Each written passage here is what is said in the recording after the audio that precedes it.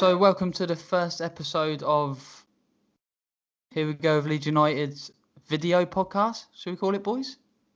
The Euro videos. Open to interpretations. Anyone feel free to give us anything. We just thought we'd try it. Still keep the content up while we're all sitting in our houses watching the Euros, enjoying the hot weather. But first of all, boys, how are we?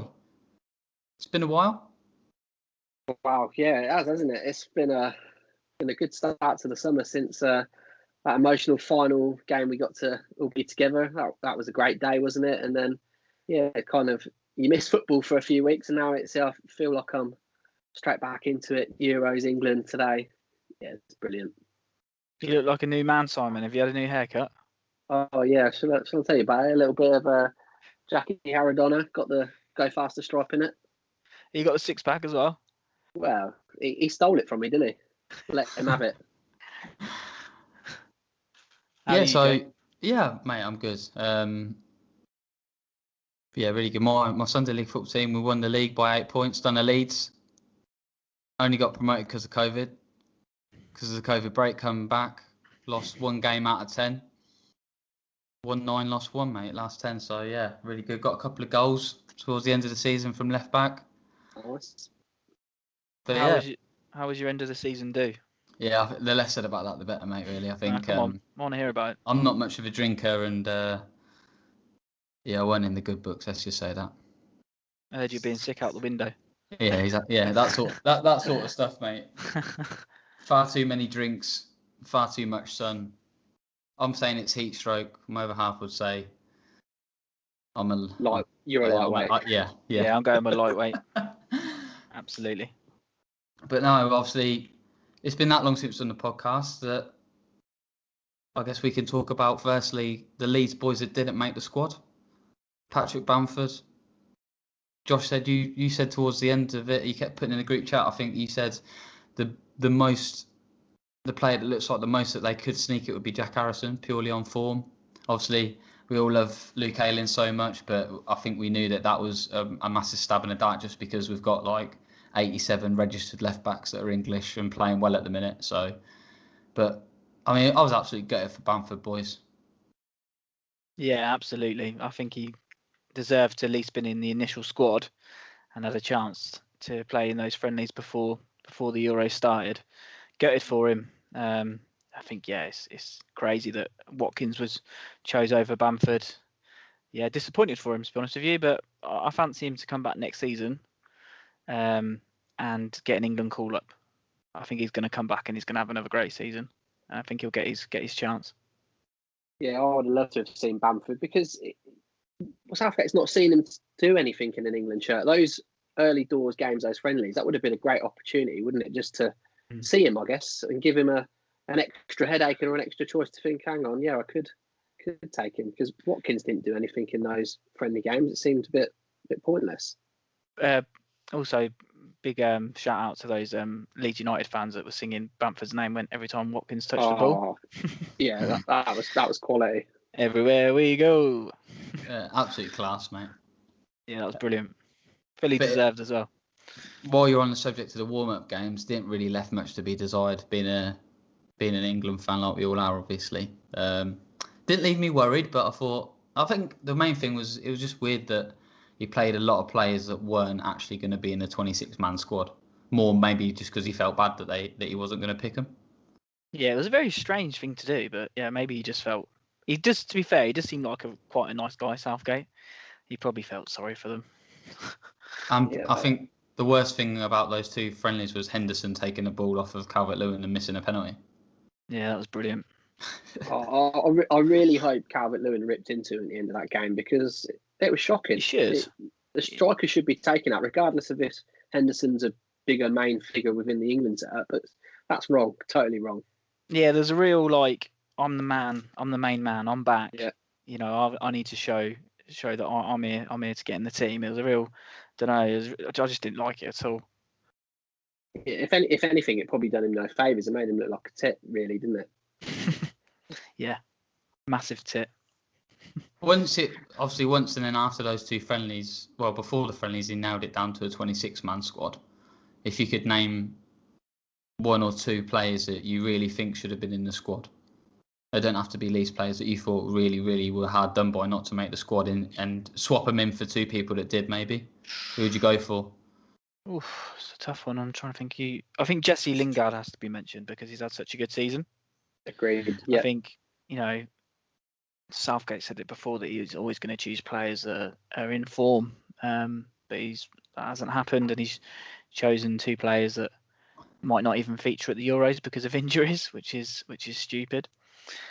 So yeah, I'd probably say Lingard is a standout player just because he's had such a good season. He's on such a high, and probably I think James Ward-Prowse was quite unlucky to miss out as well.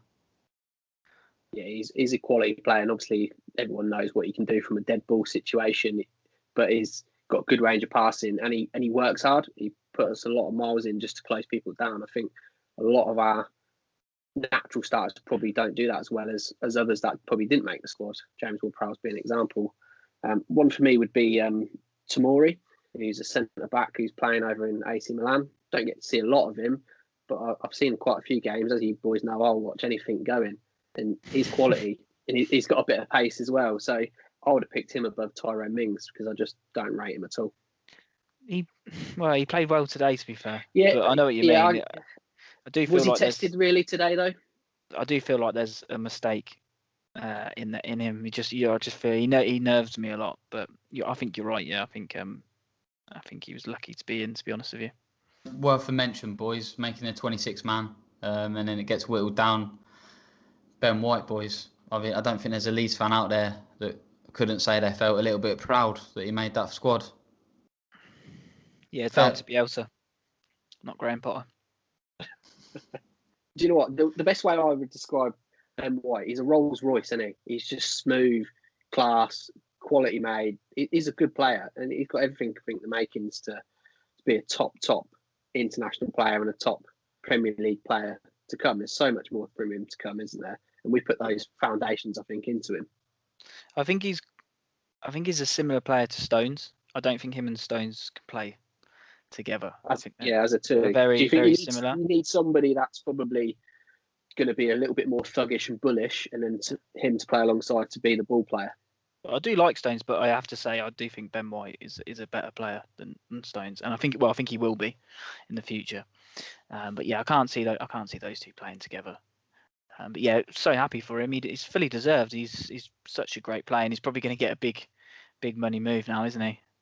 He's going to get a big wage hike rise, isn't he? If it's from either Brighton or I think they put 50 million on him now. Slap that on him. Probably. I saw on Twitter someone put that Calvin Phillips will be leaving Leeds in August. That's what someone put on Twitter. We're going to have to deal with all of this stuff. Yeah, now, this is what's going to happen now. Yeah. I feel like England fans or anyone that likes Premier League football, whatever, it just literally a flip of a coin with some people. It only takes someone to have a really good 90 minutes, and all of a sudden they're their biggest fan. We know now how good he is since he made his debut, he even showed signs. But that was pretty much what he was back to today, the old box-to-box. Before Bielsa was about, he was a box-to-box midfielder. Fancied himself, and I guess we should fast forward from all the 26-man squad talk and talk about today. Good result for England, boys. 1-0. Yeah, really good result. And me and Simon were saying, weren't we, that this is our first win of the Euros. Yeah. So we've never won the first game. Opener. Crazy. Yeah, it's absolutely crazy. And I think actually, mental. Pre-kick-off, everyone was scratching their head saying, well, that's the wrong pick, this and that. And we all said it. I don't think Sterling probably should have been in the lineup, but for whatever reason, Gareth backs him. He scores goals, doesn't he? It's how can he now drop him? He played well. We've got so many attacking options, haven't we? It's crazy. But yeah, I was the same. I was thinking, why has he gone with Sterling? I wanted to see Grealish play. Don't like him, but he's a top player. The thing for Grealish is, he's going to draw probably 20 free kicks in a game and put them in dangerous opportunities where you've got the likes of Mount, Rashford. There's endless people queuing up to take a free kick then, isn't there? He's just so good on the ball. He's brilliant. But I think even with the 3 that got left out of the squad today, obviously Maguire for fitness reasons, but I was surprised that like Sancho didn't make even the 23 ahead of like Saka. It's madness, isn't it? Chilwell didn't make it ahead of, let's just say, Ben White, because you know how England works. Usually, if you play for one of the bigger sides, you usually are in and around it. And yeah, I think you said something, didn't you? Didn't think Ben White would make the matchday squad. Yeah, I didn't think he would, honestly. Yeah, but we're short of centre half, so aren't we? So versatility as well, I guess. Yeah, he can drop in and play defensive midfielder as well. But yeah, I feel sorry for someone like Sancho. But I guess he's not quite Henderson Maguire, is he? But he has struggled. I think he played the last couple of games of the season for Dortmund, but he had quite an extended time out. Yeah, but he actually did hit form towards the end of the season. He had a sticky patch, like you said, a few injuries and a lot of games without goals, but he was finding form towards the back end of the season. I think they won a couple of trophies as well, didn't they? So I think also there's still, if we go deep into the tournament, there's still so much football to be played, and the squad's going to change. People are going to come in. So I think that's the difference, though. We've got a squad. We haven't got a first 11 anymore. We've got a squad. Yeah, I think this is. I can't ever remember, since we've been watching England in tournaments when we've had such depth in the squad. Like we've had, like you're saying, like a good starting 11, good midfield. With the old Lampard, Scholesy, Beckham, Gerrard. I don't remember when we've had so much depth in the squad in terms of attacking ability. It's crazy. I thought you were singing "We're on the Ball" then. No, it's Gerrard to Beckham. Beckham to Heskey. No, I mean, I think you find yourself all year round hating, like you just said, Josh. I hate Jack Grealish. He gets crowned as this diver, but you have to grow to sort of put up with him. I have to put up with Mings. Still don't like him. Every time he gets on the ball, I just picture him grabbing Patrick Bamford by the collar. Yeah, I know exactly what you mean there. I just see red every time I see him. But the less he sees the ball, the better. I think if it's just a header away, I'm happy. Yeah, but I get let's talk about the match. Let's talk about it in a Here We Go with Leeds United podcast way. Anyone got 3 words to describe England's first victory at Euros for the first time in 10 tries? Yeah, I'll go. Comfortable. First one. We look comfortable. I never really felt threatened. I didn't think that we were on the ropes at all. They didn't look like scoring, did they? Let's be honest. They had one decent chance, and second one, it's got to be hot, isn't it? I bet it was boiling in Wembley.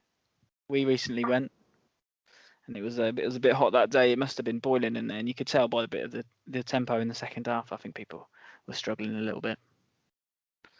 Third one, I'll go for Yorkshire, just for KP, because he's man of the match. Yeah, well, the UEFA actually gave it to bloody Sterling, didn't they? Really? Yeah, they've given the man of the match to Sterling. To be fair, he played well, but he weren't. I mean, what did they say after the first half? Phillips had 100%. 100%, yeah. Unbelievable. The only player on the pitch as well to have 100%. I thought he scored first half as well. Mate, what connection, technique on that? Yeah, quality. Yeah, he's not known for his scoring ability, really, is he? He's had the odd free kick here and there, but yeah, he was so unlucky with that strike. Mate, the first half in general was literally like every single part of his game was spot on. Even like I said, second half, like he does it for Leeds, doesn't he? Tactically fouls really well. Really clever. Like he doesn't pick up yellow cards for it. It's just little niggles. That foul on Modric as well. I thought it was a fair challenge. What a challenge! I just pushed him over, just letting him know he's there. Like he's brilliant. He was everywhere. And it's important to win that ball high up. And I feel like we don't have that enough in an England team.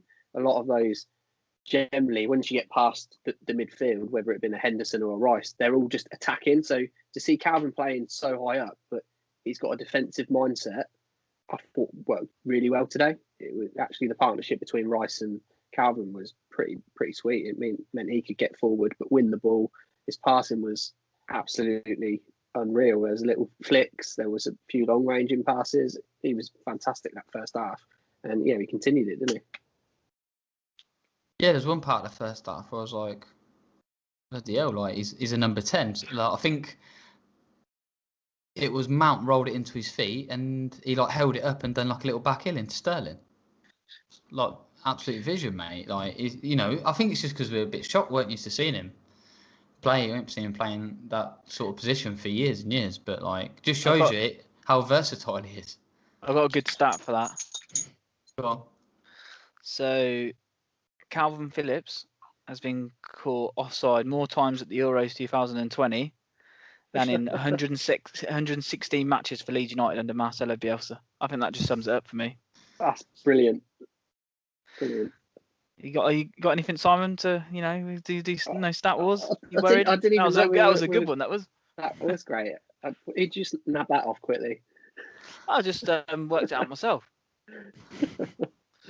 No, I've not got got it off Johnny today. Cooper off Twitter. Nice. I'll give you my 3 words if we digressed slightly a little bit there. We did. Not to be negative, but I'll start off with atmosphere, as we briefly discussed, Josh. A little bit lack of atmosphere. I know that it was there was a reduced capacity, but you really couldn't hear them too much, could you? It was, I thought it was a bit strange. It felt a little bit empty, but I'm sure they could have heard it if you were pitch side, I guess more. But from the telly, you couldn't hear it too much. But then on top of that, KP has to just be the second one, just for what we just said in the last 5 minutes. And then thirdly, it's 3 words, it's coming home, surely. It's coming home. It's very cliche, and it's a cliche thing saying, everyone's saying it, but like we've said a few times, what a squad we've got. I generally don't know if there's anyone at the Euros with like a more strength in depth squad. France has got a very good squad. Portugal have. I think the thing that's lacking for us is the quality we have at the back. Yeah, defensively is our weak spot, isn't it? Yeah, and goalkeeper. We haven't got a world-class goalkeeper. Yeah, attacking wise, I think we are. We're probably the best. Probably France second. Yeah, I'll go. Rewind back again to my 3 words. My 3 words are just he's magic, What a performance! Yeah. Just because he's magic, like we already knew that he was, and I think he's turned a couple of heads, shall we say? Now all of a sudden, every fan in the top 4 teams wants to sign him, and they've realised he doesn't just pass backwards. The thing is, he's always skirted around the conversation, isn't he? No one ever mentions him. Everyone just criticises him. Never has a good word to say, but he just gets on with it. And today he was just fantastic. Now nobody can stop talking about him, and that's great. So he's got to be a shoo-in to start the next game, surely. Yeah, I mean, there's not like loads and loads of things to talk about from the match, but I guess we can talk about someone that we love a lot, Phil Foden. How unlucky was he after what was it, 6-7 minutes? Mate, imagine if he scores that, with the haircut and just the so hype, unlucky. The hype that's around him, obviously getting Premier League Young Player of the Year, and there's so much hype around him at the minute. The Stockport Gaza, he's been renamed. Just, you know what I mean? Like my mate's had a flag put up on his house where it's Gaz going from 96 with his head cut off and Foden's head put on it, saying he's coming home. Like everyone's got Phil Foden fever. Everyone loves him at the minute, don't they? He's so good though. Yeah, it was a great little move actually from a throw. It was a great move from Sterling. And then he done everything right. His feet really. are so quick, aren't they? Yeah, they are. Everything right. Shift onto that left. He was unlucky. The only thing is, I thought he started so bright, then his game only kind of went down from there. He kind of like got less and less involved in the game, and didn't it, as it kind of went on. Yeah, I think there's going to be a Phil Foden magic moment though in the Euros. I can feel it. For sure. Scotland. Yeah. That's what it's going to be over Cooper's head. But no, and obviously there's a couple of half chances. Worth noting as well that Phil Foden was up against the Leeds United summer target last year. I didn't really rate him much. I was expecting quite a bit more from him, to be honest with you. I thought he was pretty techie on the ball second half. I thought he was good with the ball at his feet. Yeah, I could see why, like, he was in Orta's like sort of shortlist to sign. Like, he did look very up and down, pacey, and he blocked for that possible Harry Kane goal second half, didn't he? No, he didn't. He wasn't even a block. Kane actually missed the ball. Oh, did he? Yeah, he didn't. He got his body across him, but he didn't touch the ball. I don't think. No, but it's Kane, very hard to judge him on that. I think it's always difficult to judge somebody just on seeing them from international versus their club, because it's slightly different quality, and the club's always probably going to have a better quality sometimes than some of those nations. You'd say it's difficult. Fair point. But I thought he was okay. I didn't think he was anything special, but it's very hard to judge. Yeah, plus he's still only 19. Yeah. But what did he got a bit of a better offer, was it? And he didn't want to move to England in the end? He thought it was the move was too big too soon, which I think that's a brave thing to say, that he wanted to carry on developing rather than come to a big club in the big league. He wasn't ready for it. Yeah. But then maybe that shows the character, that he doesn't want to set himself up for a fall, or he doesn't have the desire to play top league yet. I don't know. Because RB Leipzig were interested, weren't they? No, they signed him and loaned him back. Yeah, that was it. Yeah. So they signed him, and then he wanted to go back on loan, and I think Leeds didn't want to give him that option. Leeds wanted him to come in, obviously, but Bielsa's not going to do that, is he? He's not going to sign someone. He's got to learn the Bielsa way. Yeah. Yeah, and obviously we had the Kane close one second half, the Mount free kick that was quite close, but yeah, we never really felt like they were on top of us at all. I still, talking about the other team, how good is Modric still at 35? Yeah, he's clever. Everything, like, he's like literally like the battery in the clock, for them. Like, everything just ticks through him. He's so good. Like, the way he's making space for himself. A couple of times he absolutely done Declan Rice. Yeah, he's one of my favourite players to watch, actually. Yeah, his passing ability is incredible. But I did enjoy Phillips pushing him over the second half. That was brilliant. Yeah, the only problem I think for him is, as he's getting older, he has to drop deeper and deeper to keep picking up that ball, which that suits us fine. He's not in those advanced areas. Yeah, but still a special player, special talent. For sure. Yeah. Obviously, I don't think we're biased. I think obviously Phillips has been robbed of man of the match. Like, he's got an assist. Yes, Sterling steals the headlines because he's barely played. And obviously in the Sterling interview, he said, for whatever reasons, I've barely been scoring for my club this season, which obviously everyone will now start speculating that he's fell out with Guardiola, but he wouldn't have played him in the Champions League final if they were that bad. I just generally think Foden's been a lot better than him this season and fully deserved to play. Obviously, the Calvin interview was nice as well. So there's an interview with Mason Mount. I haven't heard anything from Southgate yet. Yeah, he came on, but I think we jumped on here, didn't we? But yeah, I mean, what more can you want from your country's opening game? We got a win. I don't think it was like it always is, like we scrape a draw, or I think we were comfortable, but I think the game could have went on for another half hour. We wouldn't have scored another one. No, I would have liked the second. I would have really liked the second, but you didn't feel threatened. And just quickly on Sterling, the only thing for me is I think he's better when he makes that run inside to receive the ball, as he scored from the goal from a central position. When he receives the ball out wide, he's usually beats a man, then has to look to cut back in on his right. And that's where he usually gets caught up, or he does something wrong, or he puts a cross. I think he's better when he makes the run into the middle. And that's where he was probably scoring a lot more goals for Man City, getting in central areas as opposed to being just on the left wing. I don't think he's as good as a left winger. I think we need to get him more central. Going into Friday against Scotland, obviously they've got to play tomorrow. Might just about catch the second half after work, I think. Hopefully it's not too busy day. Well, yeah, I saw that as well. How screwed would you be, like, if England were playing at that time on a Monday? It'd be fizzing, wouldn't you? Yeah, it's not nice, is it, for people that are going to be working and stuff, and they want to watch their team play. Because all of our games, all of our group stages are on at good times. Like, they're on in the evenings. The next two games at 8 o'clock. I'd be screwing. Wouldn't be happy about that. Yeah, I mean, I think World Cup 2004. I think I was at junior school watching that. No, World Cup 2002. Yeah, that was awesome, wasn't it, when you Yeah. were like allowed to go into work, allowed to go into school like a little bit late, or you'd watch it at school. It was Just quality. The Mate. Brazil one, I remember them just wheeling the tellies in, or we went round one of our friends' house and watched it in the morning and stuff like that. It was Yeah, brilliant. they gave you the option, didn't they, Simon? You could either Yeah. watch it at home or you could come in at school and watch it. Yeah, that was awesome. Everyone, Good times. I remember like going to school and everyone's got those red hairsprays and they do the old England cross on your head. Yeah. But, They wouldn't come out for weeks, would they?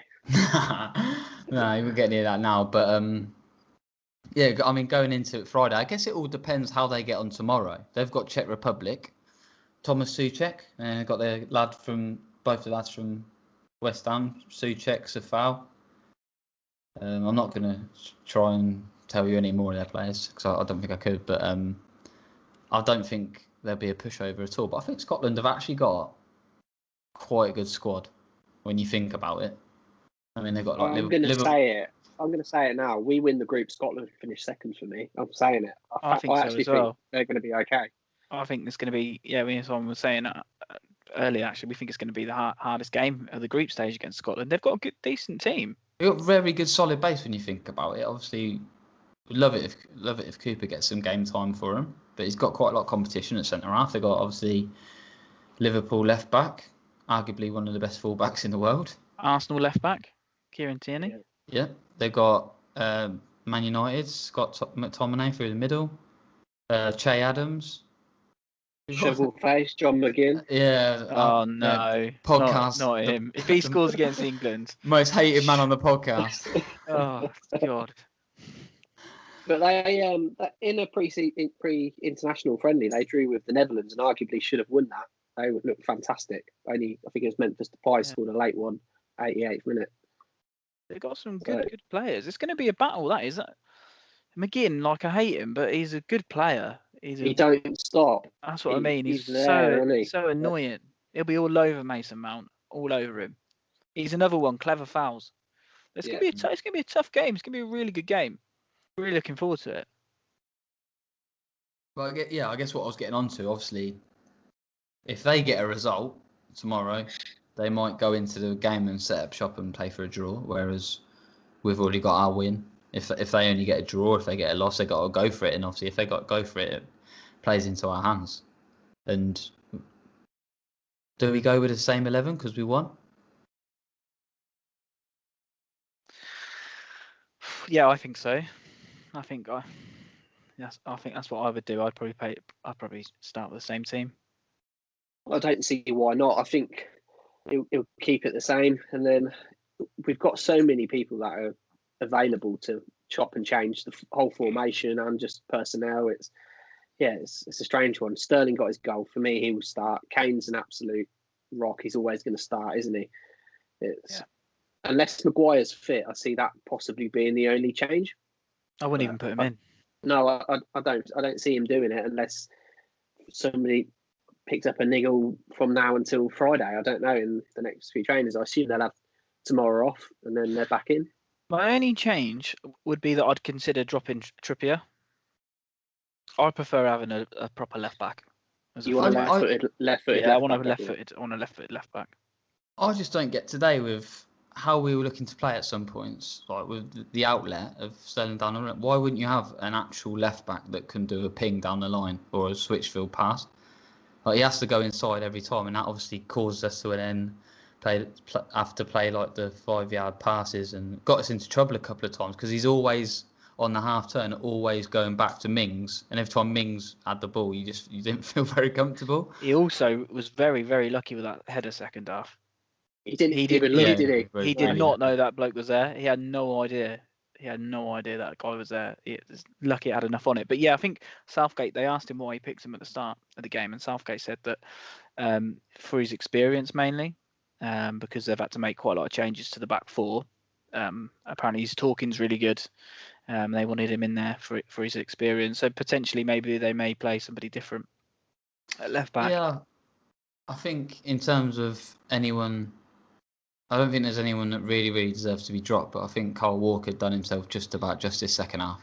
He defended well. Defensively, he was one of the better I've seen him, yeah. He couldn't do anything right, could he? It was quite funny actually.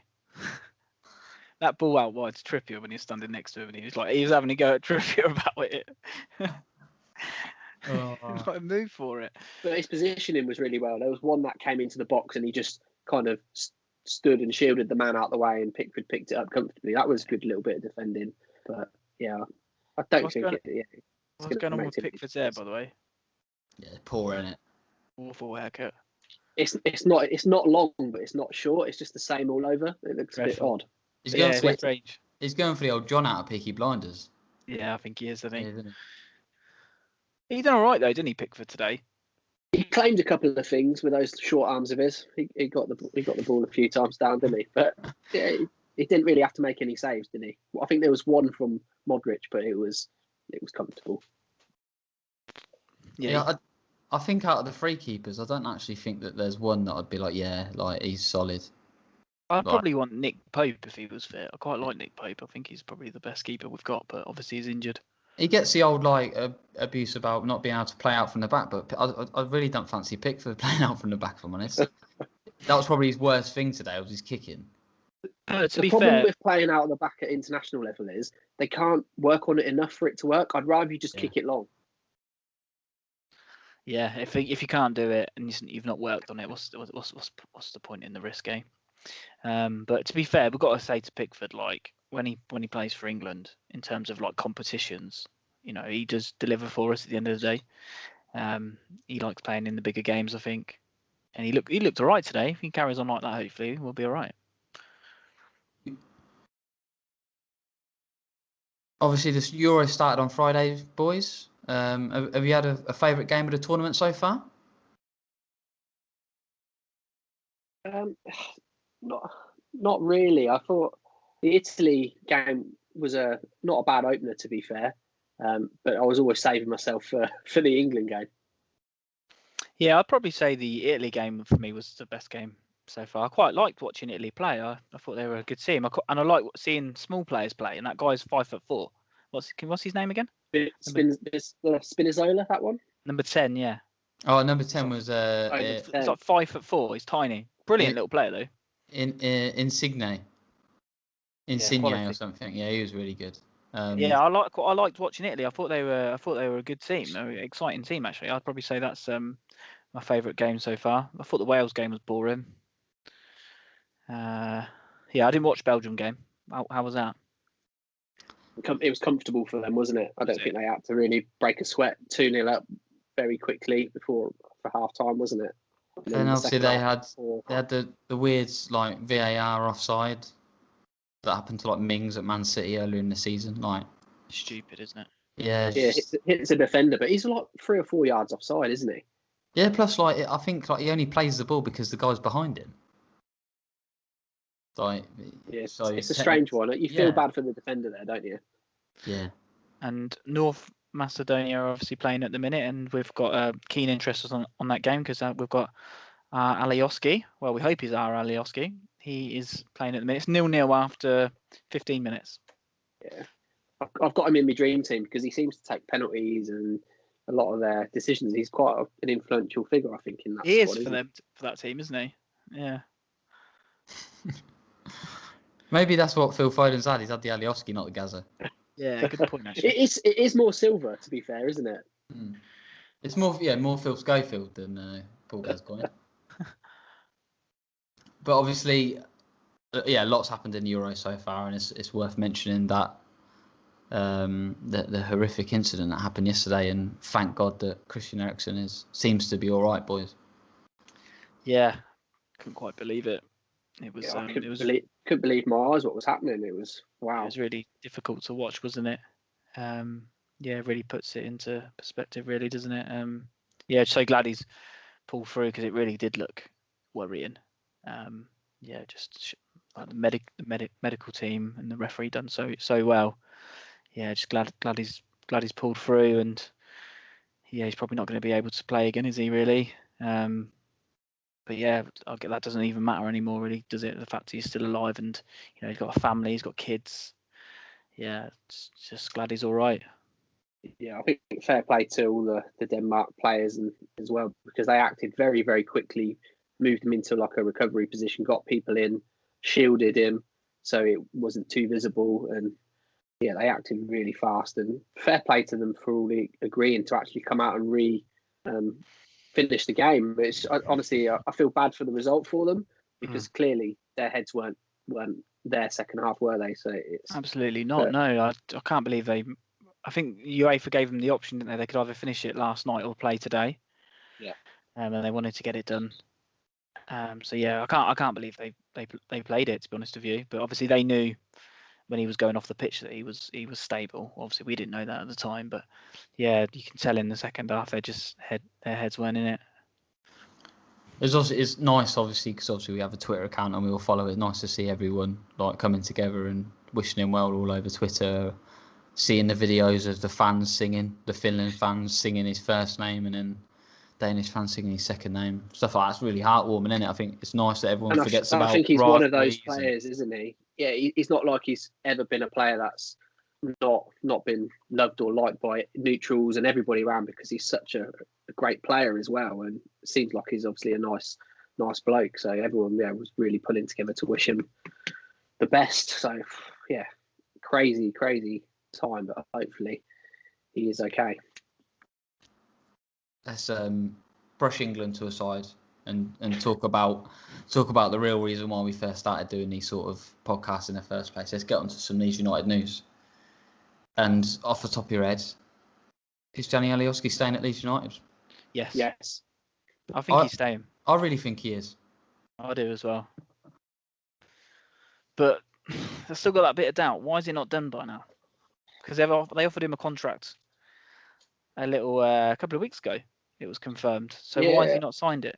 I think there's got to be something in terms of minutes being able to be played. I don't think it's money or anything like that. I think he wants to be playing.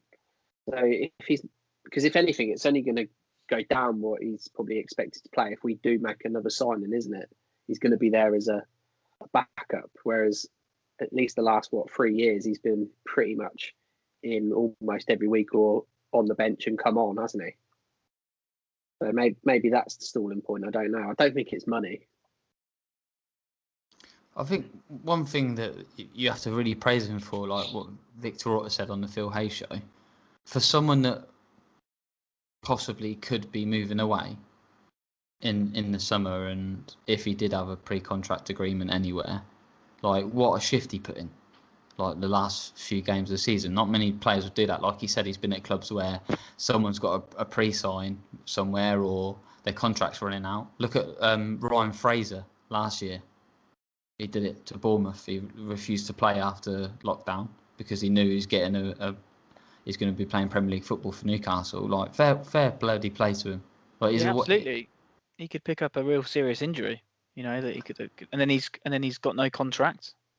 Yeah, that's what I mean. It happens, isn't it? The thing is, though, he is a professional and he is still signed to Leeds till June the 30th, and you kind of expect that. But at the same time, like you just said, some players, their mind wanders elsewhere because they're thinking about protecting themselves or thinking about their holidays, aren't they? Yeah.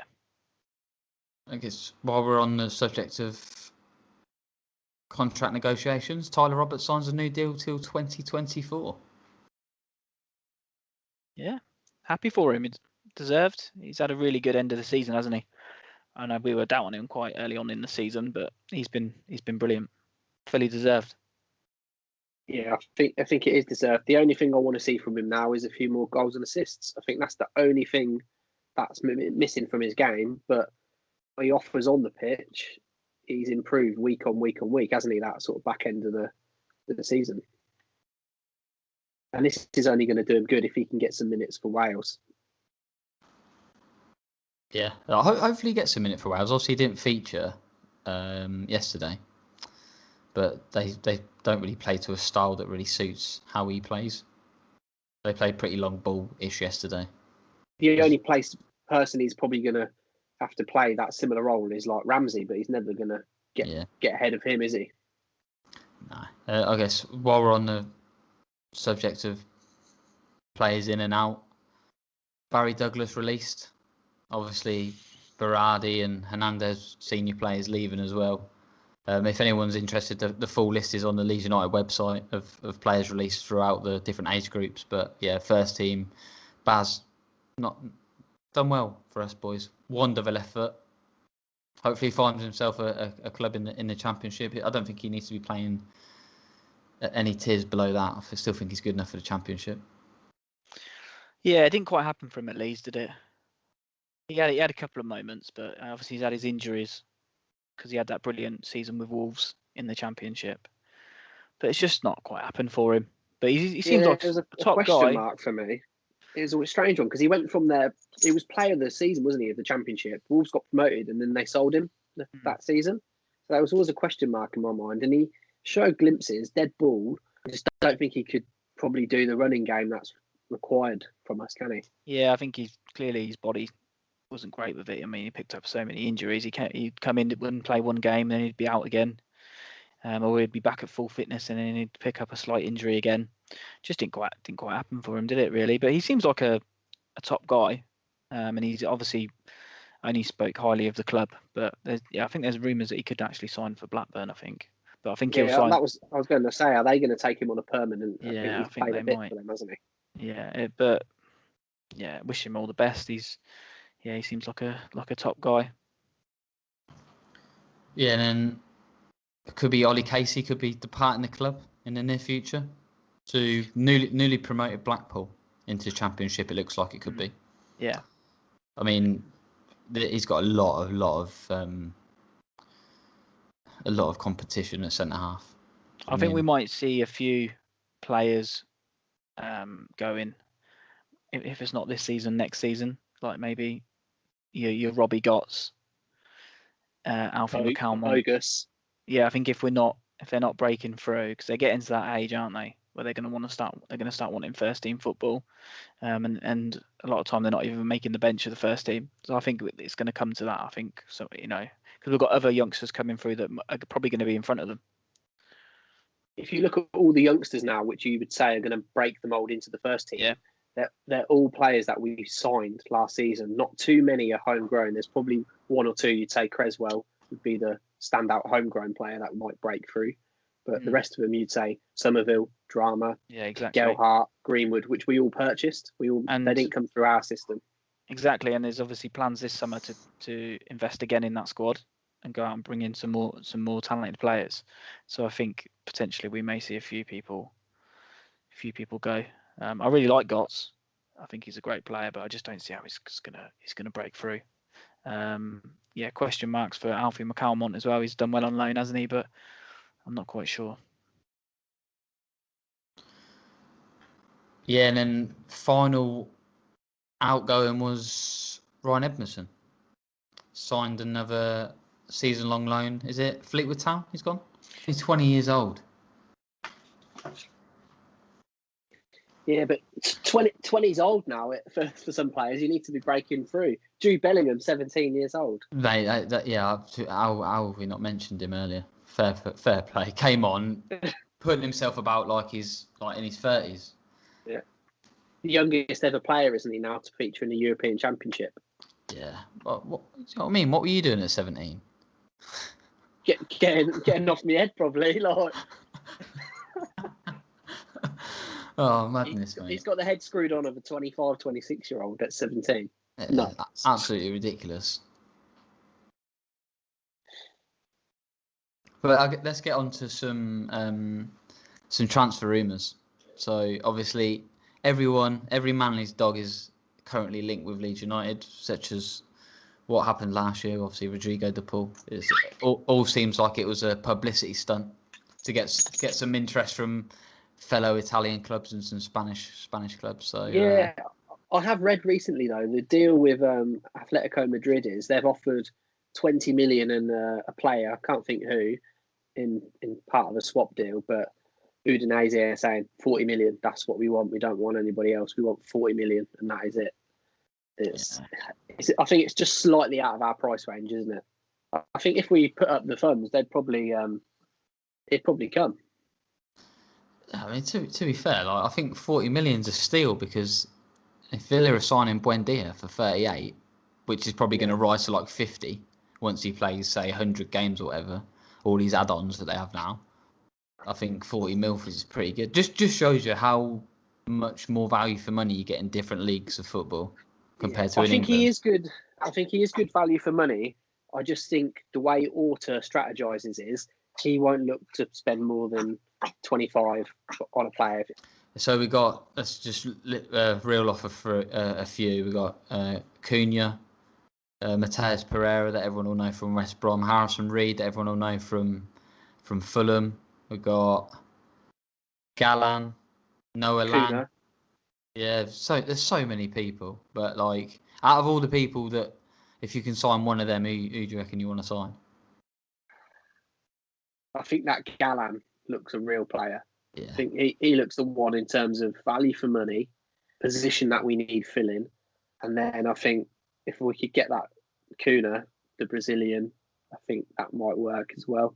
I think it puts pressure on Jack Harrison on the left wing, but also I think he's adaptable and he can play almost a number 9/10 role, but he can play wide as well. So he kind of fits the bill of what you would need to play in Bielsa's team.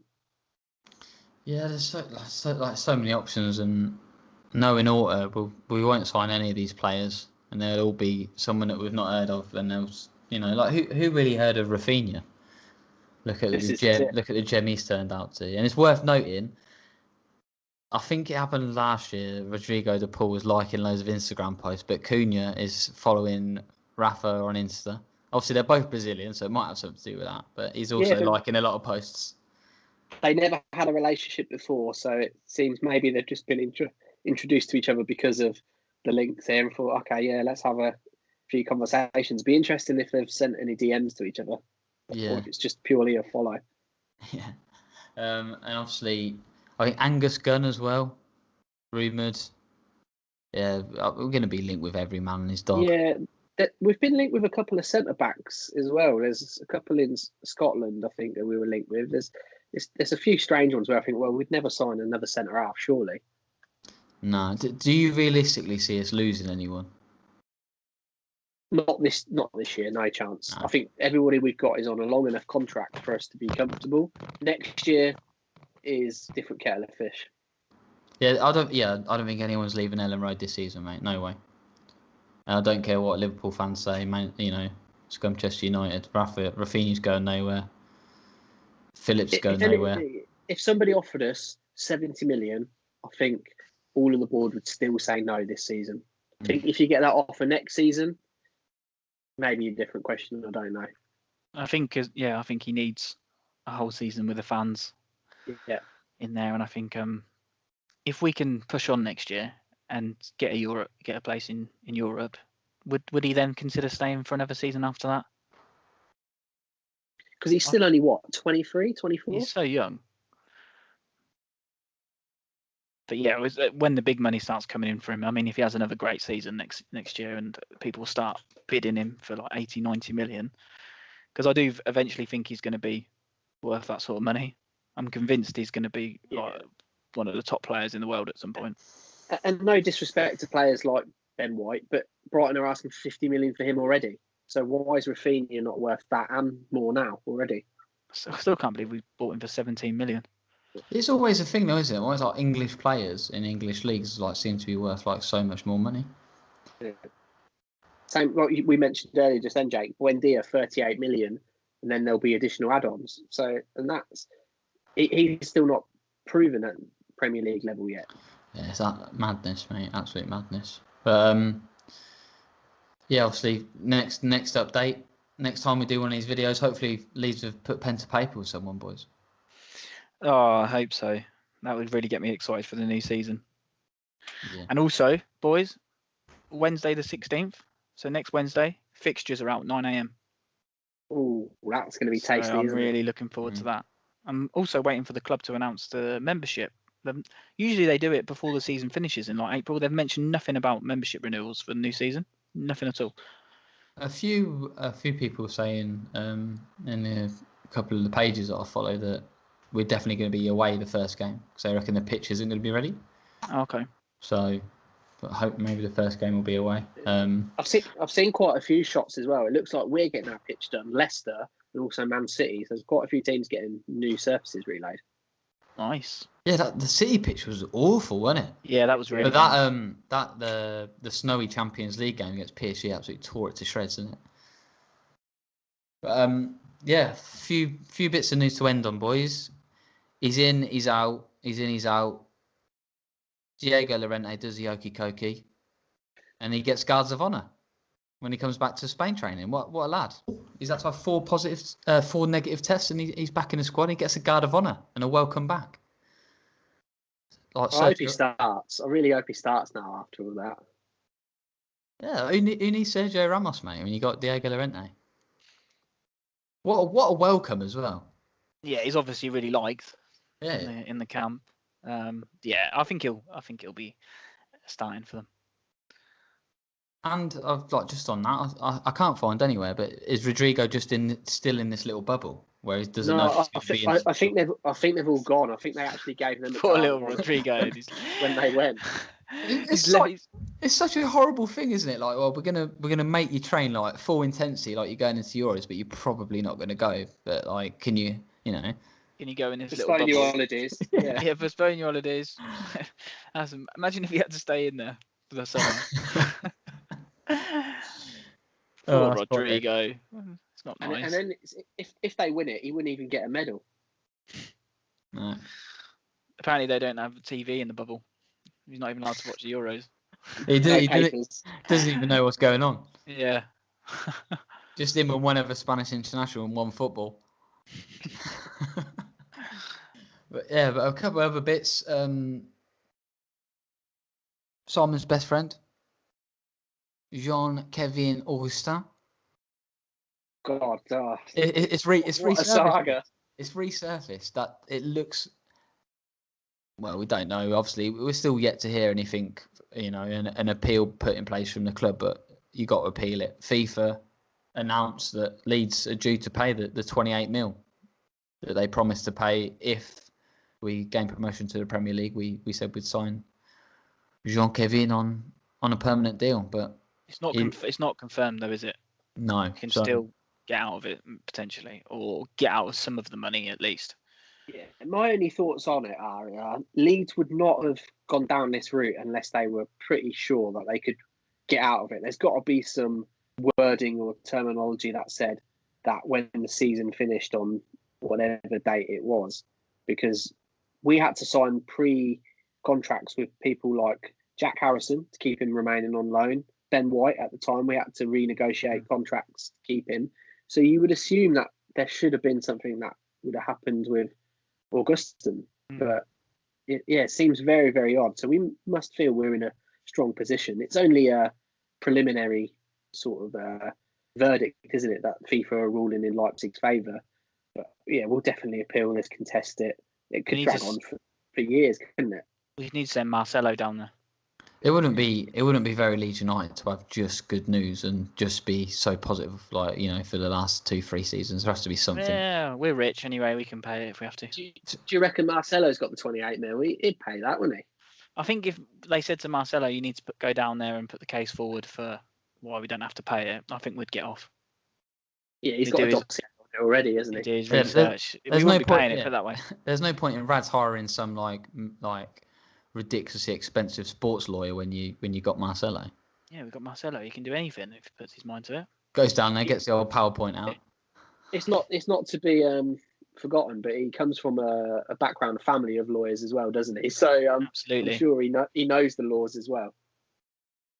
I wonder what Marcelo's doing right now. Well, it leads us on to our next point, mate. I bet he watched the game. I wonder what. To be fair, he's probably writing down Phillips and whether he might let him out the cage next season, let him play in the 8 for a bit. Nah, it's not, man. Nah, it's not. No, KP's not allowed past the halfway line, mate. That's kind of where the line's drawn, isn't it? He might step into the other half, but then he releases the ball unless it's a free kick or a corner. Yeah, I guess while we're on the subject of the great man, hopefully that contract extension's just round the corner, boys. He's coming. He's staying, isn't he? I mean, there was pictures of him doing the under-11s training session. What am I? Just what? Why is he not out of sleep? No, he's not asleep. like it's the end of the season. He's got a bit of time before the start of pre-season, and he's down at the under-11s training session. I mean, what a lift that must give to all the youngsters and everything, and the coaching staff down there. It's just we're just so lucky. Like, 90 minutes of murder ball apparently as well. Yeah, oh God, poor kids.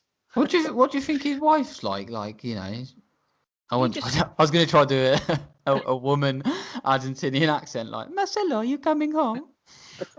But like, she must be like, are you going to come home and like drink some matcha tea with me? He's like, nah, I've got to go scout some under-11s. This bloody job. Just what a bloke. We're so lucky though, boys. I know. Best manager, coach. The thing is, for me, he's not a manager. He's exactly that. He's a coach. He turns players into superstars. Whereas you get a lot of these guys who are managers, they're man managers. They're great with players that are already talented.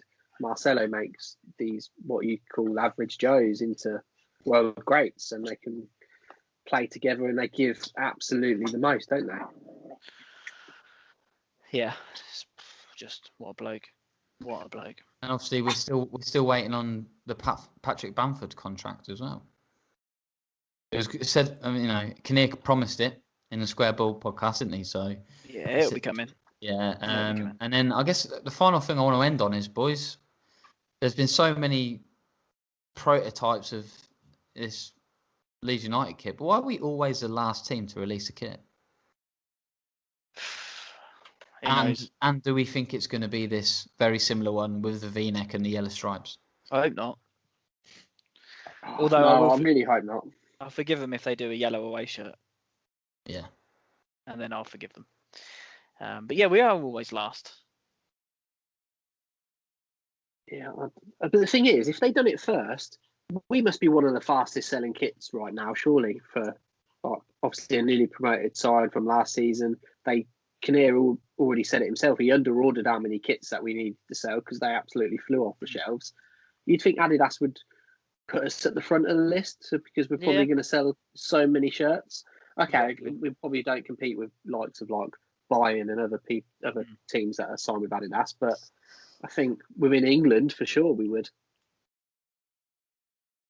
Yeah, I think it's a strange one. Yeah. But yeah, thanks for taking the time to watch our first podcast video of our Euro content and some Leeds United news, and you'll see our lovely faces, our beautiful faces on sometime after we beat the Scots on Friday night. Should we do a prediction for that one quickly? Yeah, I'll go first, boys. I'll start us off for once. I'm going for a whitewash, 4-0. Hopefully Andy Robertson scores an own goal because I don't like him. And Yorkshire Pirlo to get 3 assists. For Harry Kane, I do like Mason Mount, I must admit. I think he's going to grab one, and Rashford off the bench. You look a bit like Mason Mount, actually. What? No way. He does, doesn't he, a little bit? Yeah, that haircut, I think. I think it's that haircut. No, like I promised, mate, if Phil Foden scores against Scotland, I'll get the Foden. No, he won't. I promise. All right. Will he do the water bottle? Oh, the dentist chair would be amazing, wouldn't it? It'd be awesome if he did. Yeah, that would be. It's got to be set up just in case. It has to be, surely. Yeah. What do you boys think? I'm going to say it's going to be a little bit tighter than your 4-0. Me and Josh both, I think it's going to be a tight game. Yeah, I do. I do think it's going to be 1-1 or 2-1 England. But being the optimist, I'm going to say 2-1 England. I think this will be the game Foden does get his goal, just purely because of the nostalgia, the hype, the build-up. It's written for him, and you like to see that magic. And I think Kane, he didn't really have a chance to perform too much today, so I think he'll get a goal on Friday night. Yeah, and I'd like Liam Cooper to get the one for Scotland. Yeah, that would be okay. I think it's going to be a really tight game. I'm going to go 1-0. I think we'll get another 1-0 win. I think I'll go Kane.